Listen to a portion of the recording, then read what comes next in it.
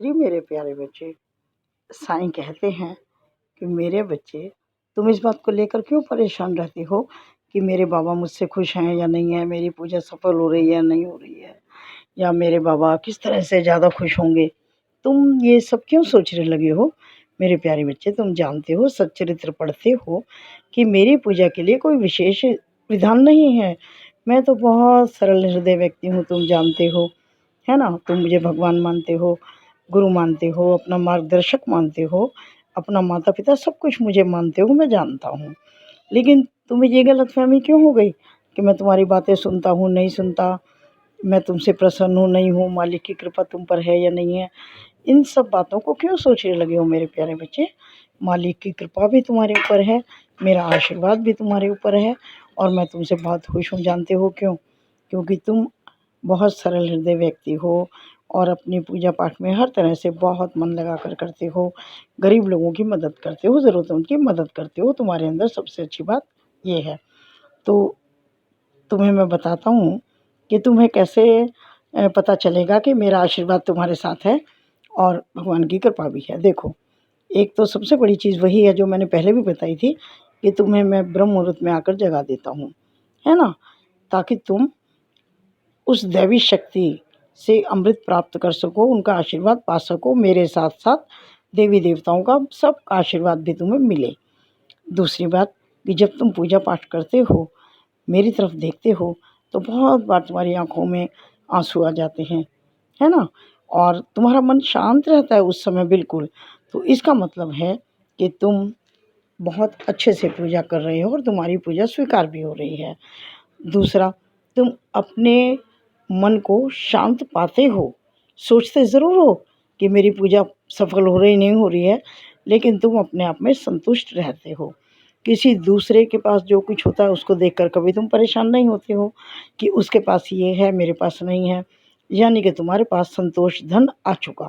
संतोष धन सबसे बड़ा धन है, जानते हो, और ये अधिकतर लोगों के पास नहीं होता है, लेकिन तुम्हारे पास है। इसका मतलब कि मालिक की कृपा तुम पर है और मेरा आशीर्वाद भी तुम पर है। तीसरी बात, जो भी तुम्हारे रुके हुए काम थे, धीरे-धीरे बनने लगे हैं और आगे भी बनते रहेंगे।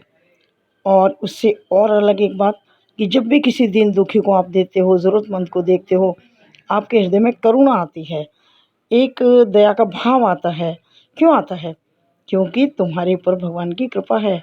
तुम आम लोगों की तरह नहीं हो कि किसी को देख कर के ईर्ष्या की भावना में हो जाओ, नहीं।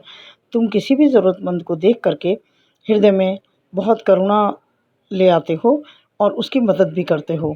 तो ये सब बातों से आप निश्चिंत हो जाओ ना कि तुम्हारे साथ भगवान की कृपा है और मेरा आशीर्वाद भी है। भगवान की कृपा या गुरु की शरण का मतलब ये नहीं है कि आपके जीवन में कोई दुःख आए ही ना। हाँ, देखो मेरे प्यारे बच्चे, दुःख और सुख तो चलते रहेंगे। जीवन की चलती-फिरती छाया है, कोई भी स्थायी नहीं है, लेकिन ये आते-जाते रहेंगे, इनसे परेशान मत हो। बस अपने मन को संतुष्ट रखो, संतोष तुम्हारे जीवन में आ चुका है वैसे, और आगे भी बरकत भी तुम्हारे यहाँ रहेगी। जितनी इनकम तुम्हारी है उसमें तुम्हारे सब काम होते रहेंगे, कोई काम रुकेगा नहीं। इसीलिए मैं बता रहा हूँ तुम्हें कि तुम्हारी पूजा बिल्कुल सफल हो रही है और वो तुम्हारी पूजा जो है मंज़ूर भी हो रही है मेरे प्यारे बच्चे। चिंता मत करो बिल्कुल भी, और भविष्य में भी सब होता रहेगा, बिल्कुल ठीक होगा।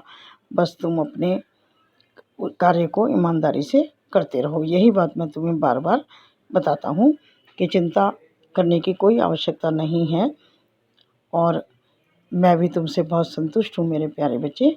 तुम्हारे कामों को देख कर के मैं तुमसे बहुत खुश और संतुष्ट हूँ। जब कभी मेरे प्यारे बच्चे तुम्हें कोई काम करना होता है और तुम्हें पैसे तुम्हारे पास नहीं होते हैं, तुम्हें पैसे देने कोई ना कोई आ जाता है, तुम्हारा रुका हुआ धन आ जाता है, या कोई व्यक्ति तुम्हारे पास आकर के तुम्हारे काम को करवा देता है, कुछ भी समझो, यानी कि तुम्हारी व्यवस्था हो जाती है।